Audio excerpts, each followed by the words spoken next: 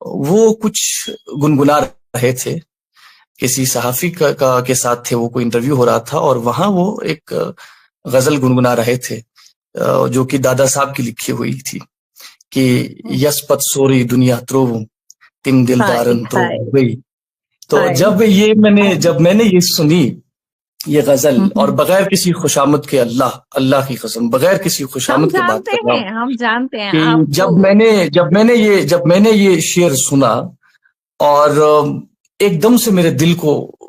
چھو گیا. یہ سمجھ لیجئے مطلب کہ کوئی شعر ایسا ہوتا ہے کہ جو آپ کے جذبے کو اپیل کرتا ہے اور فوراً اپیل کرتا ہے، تو دماغ جو ہے وہ سن پڑتا ہے اور آپ بس محسوس کرتے ہیں چیز کو. تو فوراً خیال اٹھا کہ چونکہ آج ہمارا پروگرام بھی ہے اور نظم کے حوالے سے بات کرنی ہے، اور میں ایک رائے نظم کے حوالے سے پہلے کر چکا تھا، اور نظم میں کچھ بڑا مضمون نہیں، کوئی بڑا خیال نہیں ہے، اور محض کوئی سمجھ لیجئے کہ کسی کے دل میں کوئی بات آئی تو کہہ دی. میں نے سنا، اس کے بعد میں نے رائے بدلی اور مجھے لگا کہ یہ ضروری نہیں ہے کہ یہ نظم کسی نے بس فوراً ایسے لکھی ہو کہ مثال کے طور پر کوئی خیال آیا ہو ذہن میں اس نے لکھا ہو، یا یہ بھی ضروری نہیں ہے کہ میں اس پر کوئی کرٹیکل جو ہے بحث اس پر قائم کروں، اس میں سے نکتے نکالوں، اس پر ایسے بات کروں کہ بھائی اس میں بڑا خیال ہونا چاہیے تھا جو کہ نہیں ہے، وغیرہ وغیرہ. کبھی یہ بھی ہوتا ہے کہ کوئی شاعر چھوٹا یا بڑا محض کسی جذبے کو لفظی جو ہے کہ ایک آرائش بخشتا ہے اور محض ایک جذبے کو ظاہر کرنا چاہتا ہے، ایک کیفیت کو ظاہر کرنا چاہتا ہے. ہوگا کسی دیوار کے سائے میں پڑا میر، کیا کام محبت سے اس آرام طلب کو، یا یہ کہ سرہانے میر کے کوئی نہ بولو ابھی تک روتے روتے صبح. ایسی باتیں، ایسے شعر جو ہیں کہ ان میں کسی طرح کی ذہنی منطق نہیں لگتی ہے، یہ دل سے نکلی ہوئی بات ہے، اور دل سے جو بات نکلتی ہے نا اثر رکھتی ہے. تو جب میں نے یہ نظم پڑھی، آپ نظم دیکھیے کہ چونکہ ٹائٹل نظم کا نہیں ہے، میں نظم پڑھوں گا اور پھر اس پر بات بھی کروں گا کہ غبار صبح و شام میں تجھے تو کیا، میں اپنا عکس دیکھ لوں، میں اپنا اسم سوچ لوں، نہیں میری مجال بھی. واہ. اب یہ کہ کسی کے بارے میں مطلب کوئی ہے جو اتنا خاص ہے کہ جس کے بغیر شاید سوچا نہ جائے، جس کے بغیر کوئی چیز خیال میں نہ لائی جائے، یا اسے خیال میں لائے بغیر کچھ کیا نہ جائے، وہ ذرا روٹھا ہے. یا ہے کہ ہجر کی دوریوں کے کئی ساری وجوہات ہوتی ہیں، تو معلوم نہیں کیا ہے کہاں ہے، تو اس سے مخاطب ہو کر کہ غبار صبح و شام میں. اب یہ غبار صبح و شام دیکھیے اینکشس اسٹیٹ کو ظاہر کرتا ہے. یہ لکھنے والا، یہ شعر کہنے والا شاعر کس کیفیت میں، کس عالم میں ہے کہ یہ اسے غبار صبح و شام کہتا ہے. اب دیکھیے گردش ایام ترکیب استعمال ہوئی ہے نا، تو ہم نے اس چیز میں ایک شور محشر دیکھا، لیکن یہاں غبار صبح و شام کہا ہے، اور غبار کے لفظ نے وہ سب کچھ اس میں لا دیا ہے اور سب کچھ آپ پر بالکل ظاہر کر دیا ہے کہ جس سے آپ اس چیز کو سمجھ سکتے ہیں کہ یہ کس قسم کی کس سمجھ لیجئے کہ کس حالت میں ہوگا یہ شاعر، اور کس کیفیت کو بیان کرتی ہے یہ ترکیب کی غبار صبح و شام میں تجھے تو کیا. اب دیکھ یہاں پر شاعر تھوڑا سا جھنجھلایا ہے، اچھا یہ جھنجھلا نا، یہ تھوڑا سا یہ کہ تھوڑی سی شرارت دکھانا، یہ ایسا نہیں ہے کہ یہ اس سے جلم یہ کوئی اس سے غصہ ہے، نہیں، یہ اس میں بھی محبت ہے کہ تجھے تو کیا میں اپنا عکس دیکھ لوں، میں اپنا اسم سوچ لوں، نہیں میری مجال بھی. اور کس طرح سے لکھا ہے، اور پھر کی لڑکھڑا، پھر تھوڑا بہت دیکھیے اس کے بعد ذرا اب پہلے جو یہاں تک کا آپ دیکھیے، اس کو اگر ایک بند سمجھ لیا جائے تو یہاں تک کی کیفیت بالکل شروعات کی کیفیت ہے. اب یہاں سے جذبہ، اس میں انٹینسٹی بڑھ جائے گی، کیفیت میں انٹینسٹی بڑھ جائے گی، شدت بڑھ جائے گی. اب کیا ہے کہ اب ذرا تاثر، اب ذرا کیفیت تھوڑی سی مغموم، تھوڑی سی اس میں تھوڑا سا وہ ایک ارتعاش سا پیدا ہو جائے گا. وہ کس نوعیت کا کہ لڑکھڑا کے رہ گیا میرا ہر ایک سوال بھی، میرا ہر ایک خیال بھی.